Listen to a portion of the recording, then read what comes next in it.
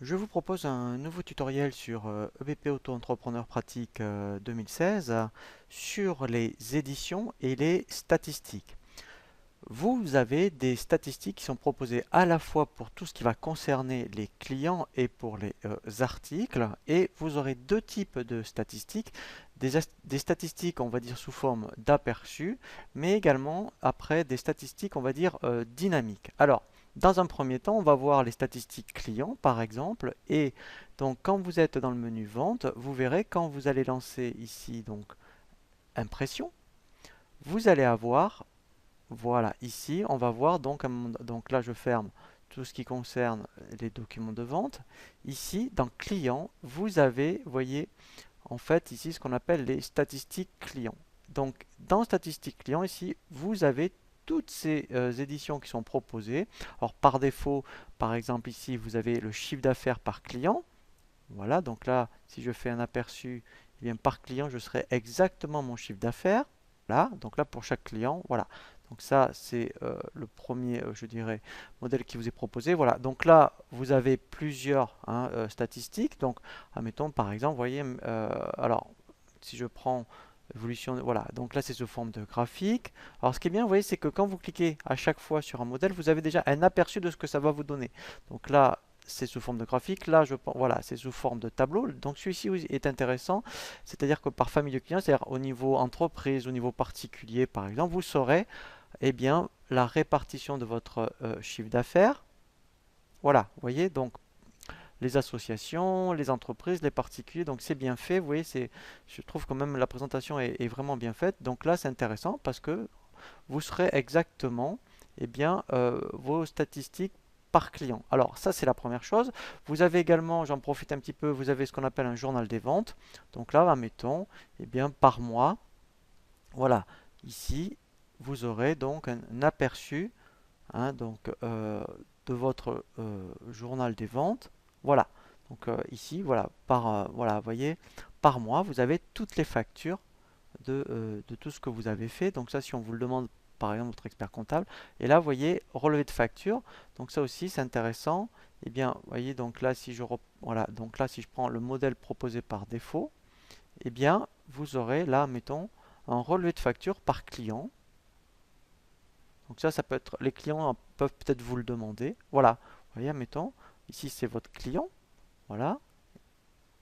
Et là, voilà, vous avez donc un relevé de facture. Voilà, vous voyez. Donc ça, peut-être que vos clients peuvent vous le demander. Voilà. Vous avez également des historiques. Voilà. Donc là, si vous voulez retrouver un petit peu ce que vous avez vendu par client, eh bien là, en fait, vous avez un aperçu directement de ce que vous avez fait en termes de vente d'articles par client. Voilà. Donc ça, c'était tout ce qui concerne au niveau aperçu. Et vous avez après, des statistiques, voilà, ici, vous voyez, donc vous avez la même chose, mais qui sont dynamiques cette fois-ci. Voilà, ici, en fait, donc là, je suis pour l'instant dans les clients. Donc là, on a déjà des statistiques par défaut.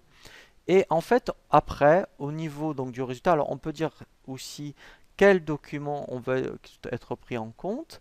Et après, vous pouvez dire, je veux l'afficher sous forme de données. Voilà, ça ressemble à Excel, si vous voulez.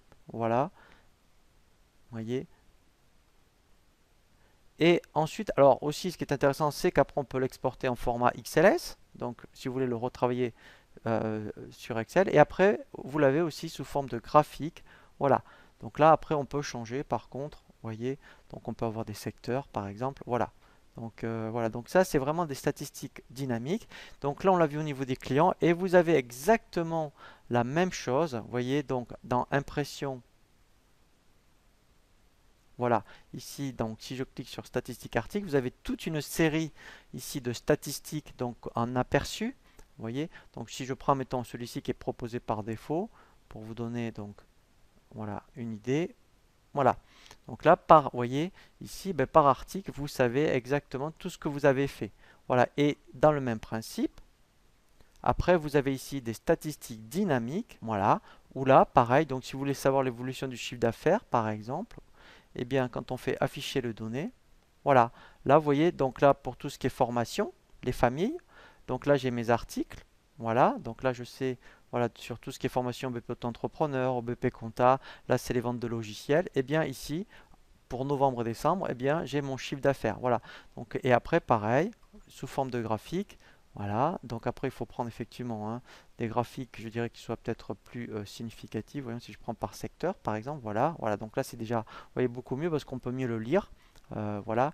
Donc là, c'est vraiment intéressant puisque vous avez à la fois pour les clients et les articles des statistiques vraiment que vous pouvez retravailler, exporter sur Excel. Voilà. Le dernier donc tutoriel que je vous propose et qui est vraiment très très important, donc ça va être votre sauvegarde de fin d'année et vraiment aussi l'archivage puisque c'est une je dirais procédure qui est obligatoire en cas d'un cas de contrôle fiscal. Il faudra absolument que tous les ans vous sauvegardiez et archiviez votre dossier.